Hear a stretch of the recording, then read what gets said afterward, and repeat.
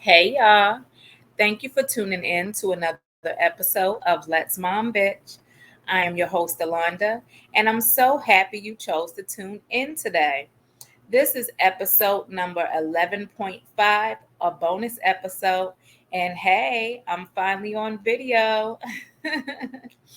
you know, I I didn't want to procrastinate on recording a video podcast. I'm still trying to work out the kinks. I'm still trying to figure out which program I'm going to use, if I'm going to use my laptop, my phone, my whole setup. But you have to start somewhere. I apologize if the video's a little grainy. I'm at home working on the lighting. So, hey, we're just going to do what we do. I might not record all of my podcast episodes on video right now. I did want to try it out with the bonus episode just because, you have to start somewhere. So, hey, let's talk. How has your week been so far?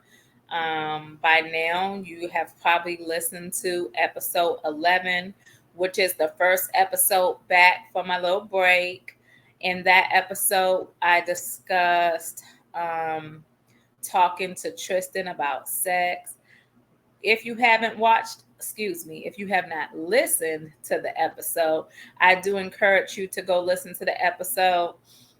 Please give me any feedback that you have on the topic. If you have discussed this subject with your child before, I would love to know how you went about doing that and at what age you decided to discuss that with him or her. If you are listening on Spotify, there is a poll that I have up that I would like you all to go to. And it basically just asks what age do you all think is appropriate to begin discussing the topic of sex. Like I said, I love your feedback. You can email me at letsmom.b.podcast@gmail.com. You can also DM me on Instagram at Let's Mom Bitch. I look forward to hearing from you all. Um, let's talk about Nyla's birthday cake. I told you in the last episode that we just celebrated her first birthday.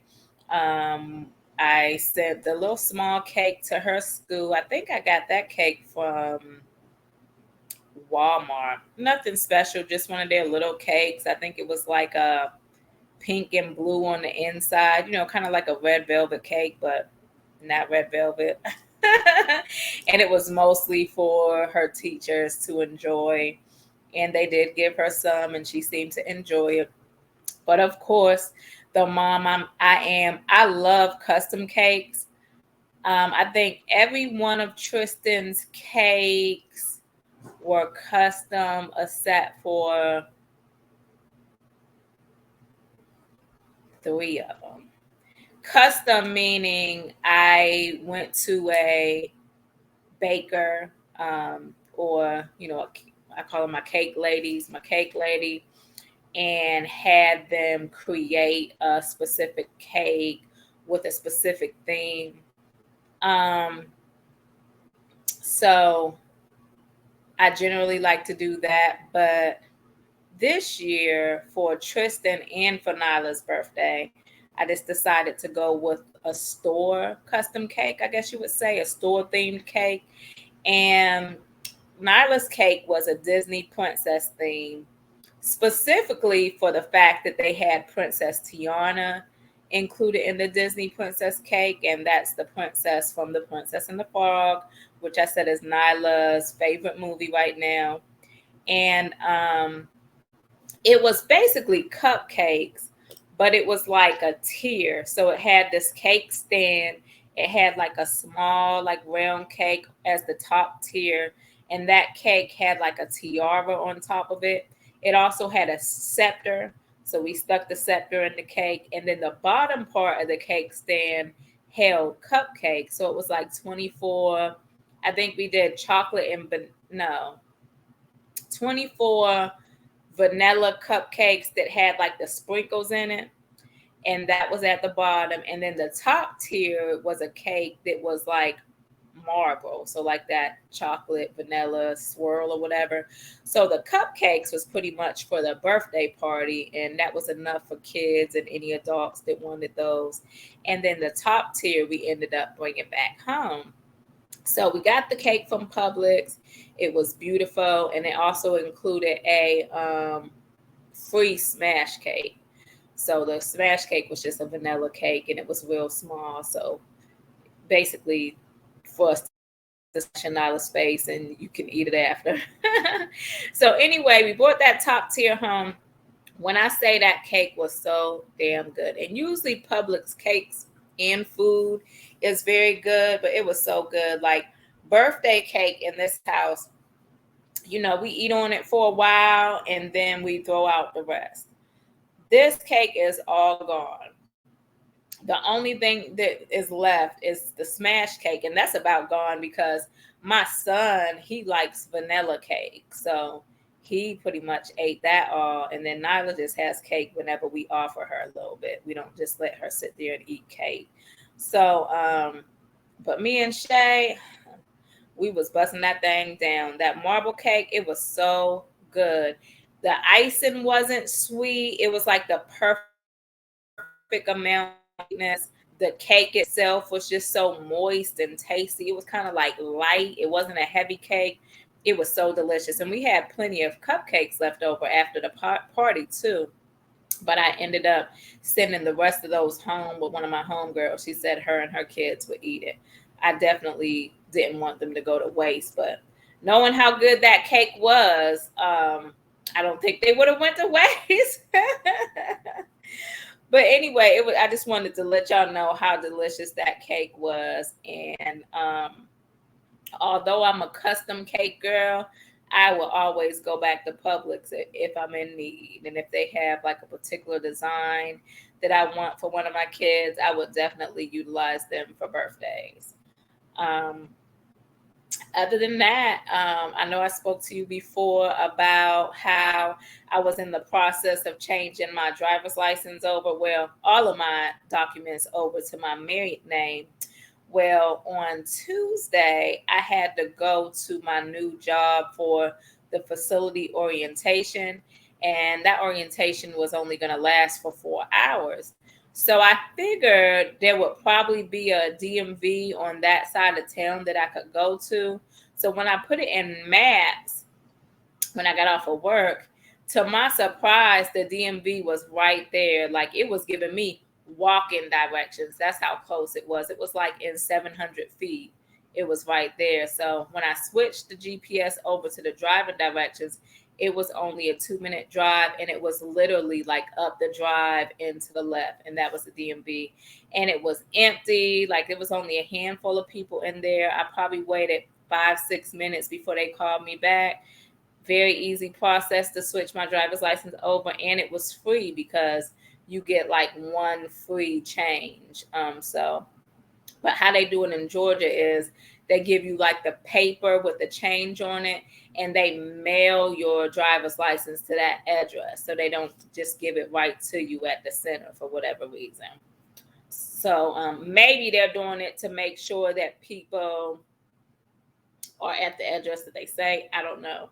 But I've just never been in a state where they don't just print your driver's license out right there. So they say it should get to me within 5 days. So we shall see. And again, I have my appointment this coming Monday with Social Security to switch it over with them. And then at that point, I can go to my job and show them my Social Security card. And then they'll switch like all of my information with my job and payroll and stuff. So I can have my married name on everything. So that's great. I'm happy about that. Um, Speaking of my orientation, the day two orientation was fine. Um, she basically just talked to us. We were supposed to give her some paperwork, and then we had did some stuff online, and then she let us go.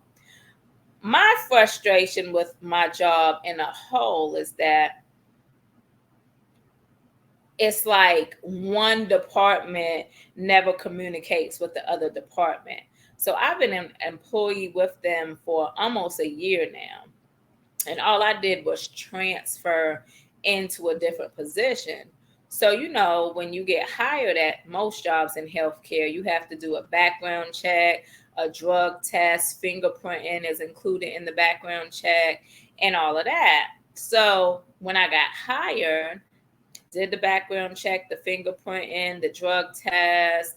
I had to show my nursing license, which for that, I had to submit my nursing license so many times in the initial hiring process because for whatever reason, they weren't getting my nursing license. I mean, the talent acquisition lady at that time said that she received it, but then other people kept calling me for my nursing license. And even a few months after I had got hired, I got contacted by HR for my nursing license. And I'm like, what the hell? I've submitted this 3 times with talent acquisition. Why don't y'all have my nursing license? On top of that, it's very easy to go online and pull up my license.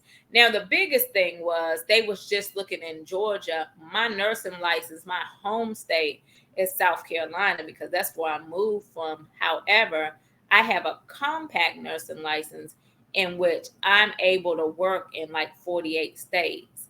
So, although yes, I do need to change my nursing license to Georgia as the home state because I'm a Georgia resident now, but still I have a valid nursing license in which I'm able to practice in Georgia. So y'all need to have the capabilities of looking that up just like I can. So with that being said, the educator for my new position, she had sent this email out, and it was a general email about the documents that you would need to bring for your day 2 orientation. And I kind of like disregarded that email because I'm not a new hire. You already have my BLS. I took my BLS, which is CPR, basic life support. I took it with the company I'm working with. Y'all issued me the card. So I should not have had to submit my BLS to you. I should not have had to submit my nursing license again to you. I should not have to do anything else. But she needed my BLS. She needed my COVID vaccination card, which I've already submitted. She needed my nursing license. She said she couldn't find my nursing license, so she took me to a computer and told me to pulled it up within a minute and printed it out for her. Had to send her my BLS, had to send her. So I'm like, I just don't understand why I have to submit this stuff again. And she was like, well, that's with HR, but the stuff that they require for there, they don't require, we have to have on file for here. I understand everything that you're saying, but you should be able to go into my HR file and get those copies of the stuff that I've submitted several times. All of that should have transferred over. This is just my frame of mind. All of that stuff should have transferred over when I transferred into the position. Just like I didn't have to go for a drug test and fingerprint again. She was actually trying to figure out whether I needed fingerprint again. No, ma'am, I'm not. Don't get me wrong. I have no problem with doing this stuff again. My background check is going to be the same as it was the first time y'all did the background check. My thing is the inconvenience of it all. I didn't change jobs. I changed locations. You understand what I'm saying? I'm still a LPN with the same company. I just went from one area to the next area. Why do I have to do this new hire stuff again? That's my whole thing. I'm not trying to be difficult. I just think that it's not, I guess it's bad communication between the departments. I don't know. And that goes, I think I was explaining to you all before about how the first day of my transfer, I was supposed to be doing this virtual clinical. that said that it takes 8.5 hours to do. And that's how I would get paid for the first day. But when I got to it, it wasn't there anymore. I emailed the HR lady. The HR lady didn't get back to me until the next day. Then she had said that they was trying some new orientation thing where the clinic code goes out automatically. So she said she could send it to me that day, but if it comes out automatically the next day. So I was like, all right, don't even worry about it. If it comes the next day, I'll do it. And that's that. So then she sent it. It came out at like almost 11 o'clock in the morning the next day, which that was the day that I was supposed to start my floor orientation at 2:45. So I'm thinking, okay, I got this. I'll just do it tomorrow, the next day, because the next day I only had like a 4-hour virtual invitation, 3-hour virtual orientation to do. So I could do it that day. And then she sends me a message talking about it needed to be done by 5 p.m. that day. So I sent her a message back like, well, first of all, y'all just sent it to me at 11 o'clock this morning. And I have floor orientation with the facility this evening. And I'm about to leave out because I have some things to take care of before I have to go to work from 2:45 to 11:15. And she was saying, well, it's supposed to be done by 5 o'clock and you're not able to work at the site until it's done. And I'm like, well, how is that my fault? Y'all had the orientation in there, y'all took it away, y'all didn't bring it back until Wednesday when I didn't even have anything to do on Monday. And then you tell me that I have to have it done today when I'm not going to have time to have it done today. And she was basically saying, well, I can work it out with my manager. So with that being said, my pay for this week is all up in the air in my head because I mean, I know they're going to have to pay me. I just don't know how many hours that I'm going to be paid, on the days that I didn't actually have to clock in where they had me scheduled for these virtual orientations. And it just really puts a bad taste in my mouth about the company in general that just is having me jump through all these hoops for stuff that for information that they already have. And then it's like I'm blamed for not getting something done in a timely manner when y'all didn't issue it in a timely manner. Like everything was just so, like I said, the communication between the departments is just so messed up. Then when I get there on that Wednesday for that floor orientation, I get there at 2:45 like I was scheduled. The second shift is not there yet. It was to my understanding that all second shift people arrive at 2:45, so the first shift people can leave by 3, and then the second shift people leave at 11:15. So when the people that's supposed to be there at 11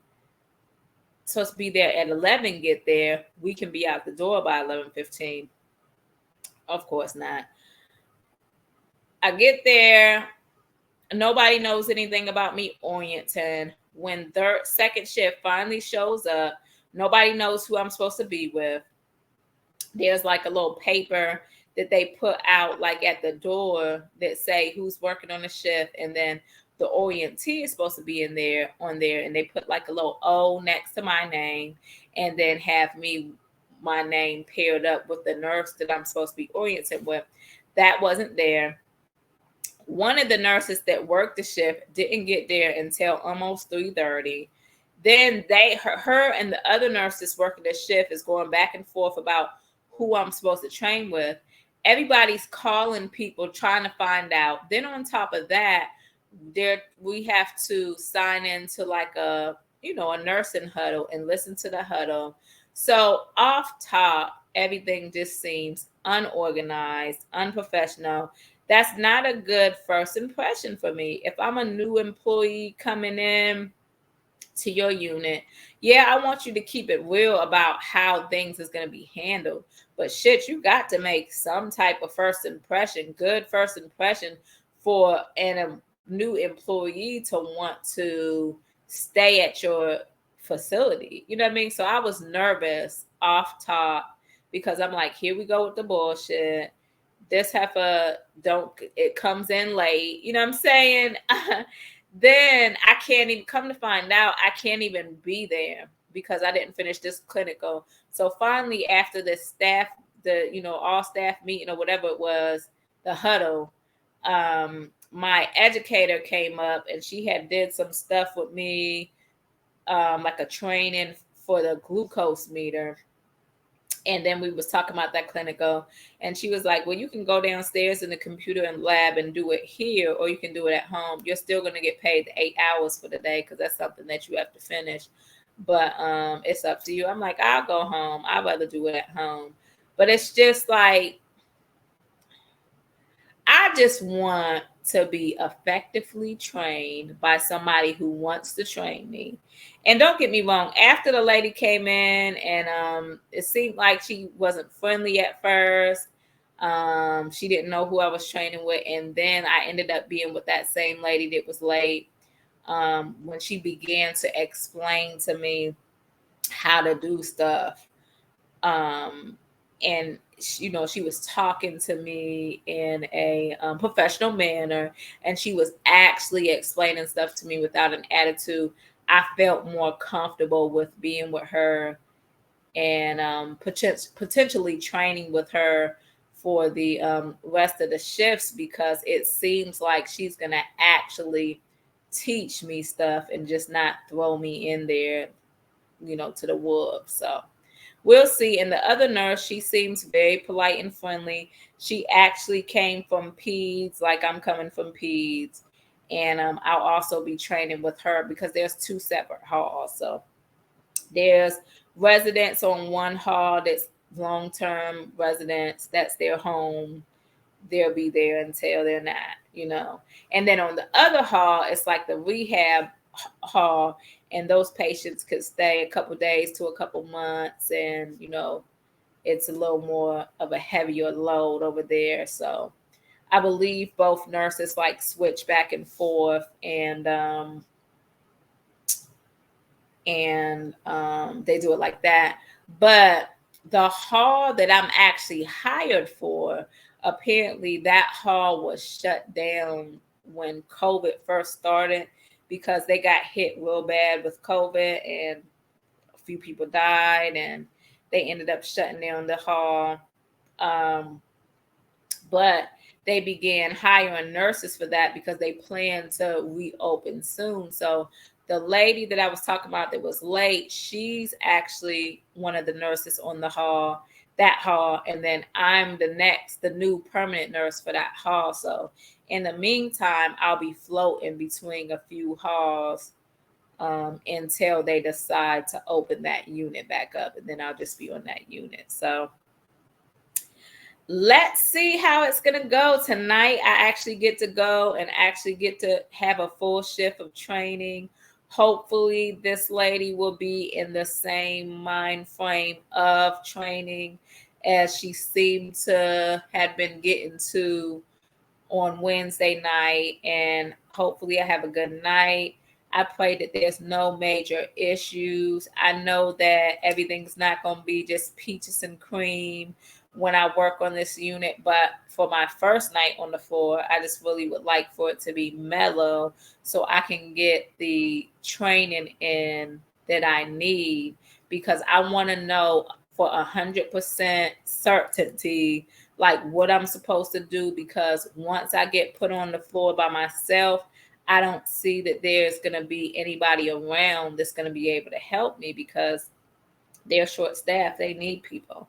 So, yeah, we'll see what's up. And hopefully this company gets their shit together and start communicating better. If they have me do a survey or give feedback about my training and my transfer, I'm definitely going to express my concern about the lack of communication between these departments, because it's ridiculous and it's confusing. And I can see how people would choose to go to other companies because of that lack of communication. So we'll see. I want to stick in there. I have to stick in there. This is more money for me and my family. It's better hours for me and my family on one hand. And I don't like giving up. And I also need this long-term care experience if I'm considering travel nursing, because a lot of the positions for LPNs are in long-term care facilities. So I want to know what I'm doing. I've already made the mistake of working for an agency before, and they were sending me to these long-term care facilities. And of course, you don't have any training. You just going right in and just doing your job the best way that you can. And what I don't like about that is when you don't know the policy for that particular company and you're not used to working there and working with them patients, you're going to move a little slower because you don't know where you're going, where you're finding stuff or whatever, and you don't have people willing to help you because they're already mad because agency staff makes more money than them. So they're like, oh, you making more money, you agency, you got it. You really have to rely on what you know as a nurse in general. And sometimes that's not enough because every company has different policies and different ways of doing things. And when you don't have people willing to help you, it's really hard. So I want to know everything that I can know about working in a long-term care facility. So when I go to these other places, if I do decide to do travel nursing, I will be better prepared than I have been in the past. So that's just that on that. Tristan had his third grade award ceremony on yesterday, and my husband and I went to that ceremony. When he was at his previous school, they had an award ceremony. It was the first time. I don't know if his other schools in South Carolina did award ceremonies. I've never been notified about them. So last year was the first time I've experienced that. And last year, Tristan got so many awards from his previous school. I was just so shocked. I spoke about this in a previous podcast episode, but this year was a little different. The ceremony was in the individual, grades, classrooms, individual teachers, classrooms, or whatever. And Tristan got the best awards that I could hope for. He got on the academic wall of fame for all four quarters. That means that how they're graded is by like ones, twos, and threes, and threes are the best. Like that's getting like an A+ basically. So in order to be on the academic wall of fame, you had to have only 1, 2 the whole year. And apparently Tristan only had 1, 2 the whole year. So or I mean he's had, I believe, if I'm not mistaken, when I've looked at his report card, he's had mostly 3. So apparently he's only had 1, 2 the whole year. So he got that award. He also got the award for the behavior um, wall of fame, all four quarters, excellent behavior. So he got that award. And then one more award he got was like the Laffy Taffy Award. And that was basically saying that he, laughed and was happy and stuff, the whole year, I guess. Which is very much like his personality. He laughs and he has a good time. So he's excelling in academics, he's excelling in behavior, and he's having a good time doing it. So that's what I could hope for. And he was so happy that Shay and I came to the ceremony. We had Nyla with us. She got to play hooky from daycare yesterday. And he held her and showed her off to his classmates and all of that. So it was a good day, and I'm very proud of Tristan. I couldn't ask for a better son. Speaking of kids, My homegirl, one of my co-workers from the doctor's office, she's around 28 years old, and she is a little, in some areas she's a little young minded, in other areas she's very mature for her age. Like, she's very mature when it comes to her finances, paying her bills, helping to take care of her family, all of that. So um in other areas she's a little young minded. Anyway, like, she often came to me for advice about certain situations, and most of the time she was being extra and ridiculous. But this particular situation, she was actually not in the wrong. So she has this godmom, and the godmom has some kids, and the godmom is a little younger. I mean, the godmom is probably in her like 30s, you know what I'm saying? So younger in the sense of, when you think about somebody's godmom, it's usually like much older than you, but she's kind of in the same age range as her, you know what I'm saying? Anyway, the godmom has a little son. I want to say he's around 3 or 4, and they all go to the same church. And the little boy's underarms was very musty, and it was actually my homegirl's grandma that brought it to her attention. So when she got up to the little boy, she also smelled that he was musty. She took him down to the bathroom, washed under his arms real good, and apparently he smelled better. She brought it to the godmom's attention, and the godmom basically cursed her out. My son doesn't, I guess she told her that he needs to put on some deodorant because he was musty. And she cursed her out. I don't know what's wrong with you. What's your problem? My son doesn't need deodorant. He's too young for deodorant. Blah, blah, blah, whatever. She had a whole attitude with her and was offended that she said that her son was smelling and needed deodorant. I can relate to this situation 1,000%, because around the same age, Tristan's underarms was so stank. And still to this day, his underarms be so stank. I was so concerned. I was so devastated. I made an appointment with Tristan's doctor. I'm like, I know that he's not supposed to wear deodorant at this age, because they're not supposed to have like body odor. Like, it's like underarm odor. Like, it's something like their sweat glands don't work or something like that. I don't know, but I know at that age, they generally wouldn't need deodorant. Doctor said, nope. Sometimes, according to their body chemistry, some kids that age do produce an odor. It could be something that they've eaten, or it could just be their body makeup, you know what I'm saying, their chemistry. And it's all right for me to put deodorant on him, but he had suggested this Tom's deodorant that doesn't have like all of those chemicals and all that stuff in there.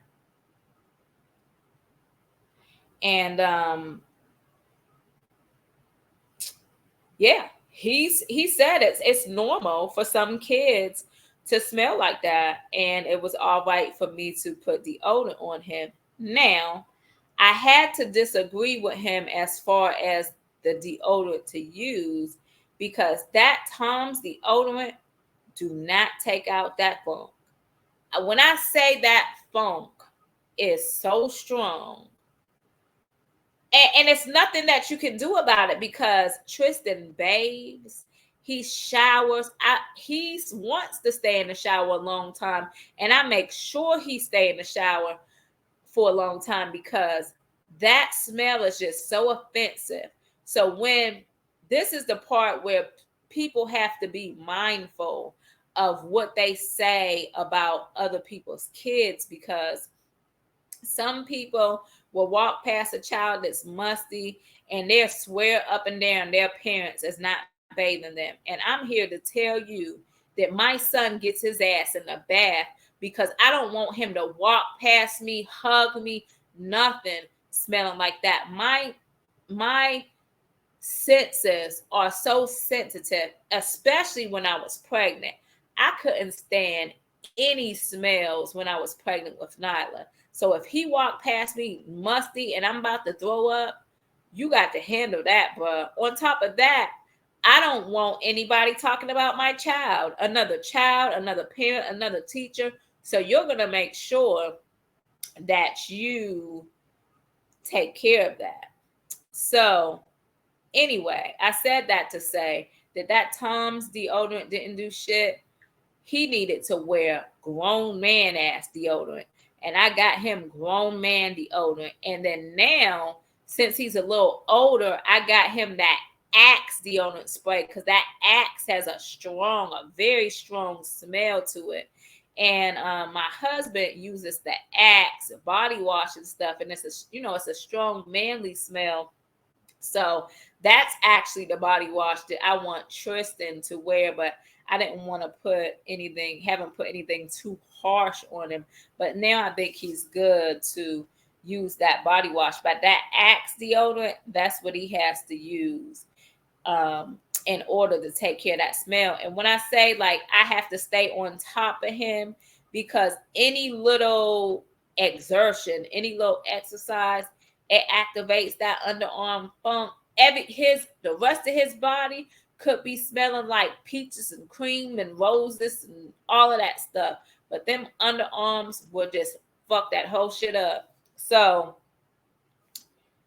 I don't want to get off track. I'm just saying that I can relate to that situation. I 100% believe that little boy underarms is funky, and I know that mama not gonna listen to nobody about her child.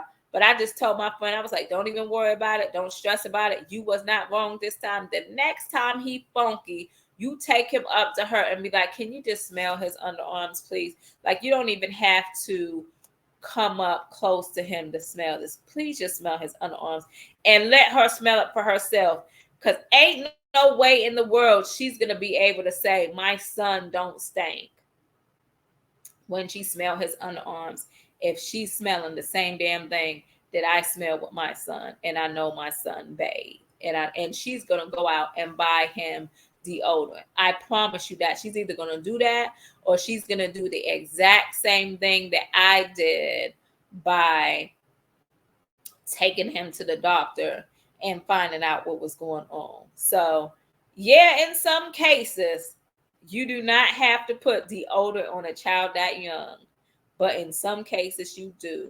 And you have to be open-minded when it comes to the care of your children, and not just go off of what you read it on Google and medical books and what other people are saying.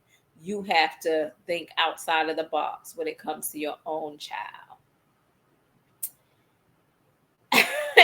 And that's just that on that. Let's move it along. Y'all know I always have something to say about the stuff that I see in the group that I'm in on Facebook, Love and Relationships. Well, there was this picture and this debate happening. The picture had a woman with her 4 young kids, and the caption said, "It takes a real man to help me with my kids." So above the caption of that picture, it was saying, the question was, is it acceptable to step up where the other man stepped down? And I hate questions like this. Questions like this are so ignorant. Like, what are you trying to ask? What are you trying to get at? And of course, people had their ignorant ass comments. One person said they don't understand why women expect you to take care of shit that's not your responsibility. If you're dating me and you know that I have kids, and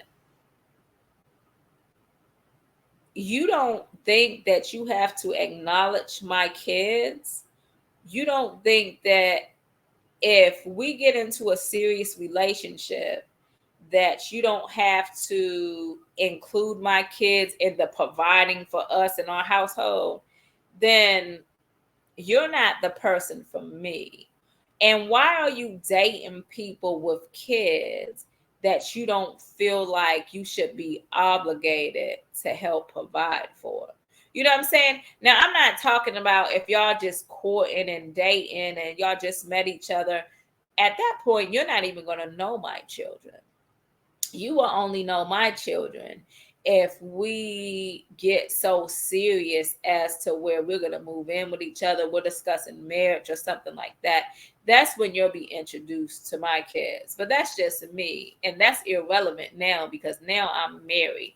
But I'm just saying, how do you date somebody with kids and don't think that you'll eventually have to include those kids into your life and into your finances, into like having a relationship with them, like especially if this is a man dating a woman, because 9 times out of 10 the mom is the custodial parent, so them kids are going to be in your life all the time. It's a little bit different when it's a woman dating a man, because usually he's not going to have his kids all the time. He's going to be sharing custody with, or visiting his kids. So you may or may not see his kids as much. But if you're dating a woman with kids and multiple kids, you're going to have to be in their life. And topics like this just really frustrates me when it comes to this generation of men, because like I said before, this generation of men has a real fucked up way of thinking. Like, y'all don't want to pay no bills. Y'all want the female to go 50-50 with you. You want them to go 50-50 with you while still making them take care of the kids, cook and clean, handle the duties they need to handle with you while you don't do shit else. Y'all don't want to take females on dates. Y'all don't want to spend no money. Like, what type of men, what husband pool is Nyla going to have to pick from if we continue to raise these lazy, non-providing ass dudes? And I say if we continue to raise, because there's a disconnect somewhere. Like, your mama didn't teach you that you have to be a provider. Like, I don't know. And I don't want to blame the mamas or the families, because you don't never know the situation. But it's just too many of these dudes out here that just don't feel like they have to do shit. You don't have to court a woman.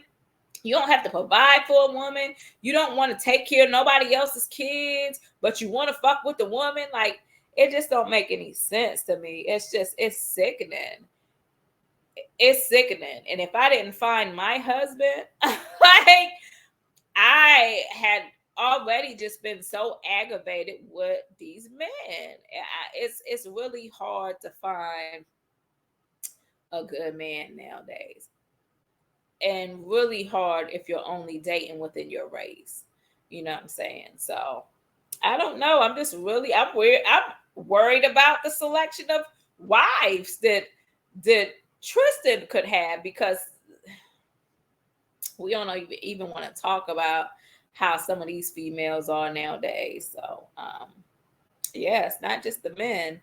It just seemed like it's gonna be slim pickings for both of my children when they get to the age where they are gonna be thinking about that. And ain't gonna be no nothing ass men or females in my presence. So I chase the motherfuckers away. And excuse me, I promised my mother-in-law that my mother-in-law doesn't like certain curse words, and I'm going to respect her because she is a very faithful listener to my podcast, and MF is not a word that she likes to be used. So I'm going to try to refrain from using that, but I do have a potty mouth. So Excuse me, Mom. But yeah, I'm gonna be running off some of these females and these males coming at my daughter and son because we're not accepting foolishness into our family. Please believe that. Yeah, I think that is all that I have for today. I thank you all for tuning in to this bonus episode of Let's Mom Bitch. Usually I don't do fishbowl combo on the bonus episodes. So I am going to bypass that this time. I also don't have an affirmation prepared, but it's all good. Tune in on Monday after 9 p.m. for a new episode. And again, I thank you for tuning in. If you want to reach out to me, you can email me at letsmom.b.podcast@gmail.com. You can also DM me on Instagram at Let's Mom Bitch. And I hope you enjoyed this episode. Until next time, love y'all.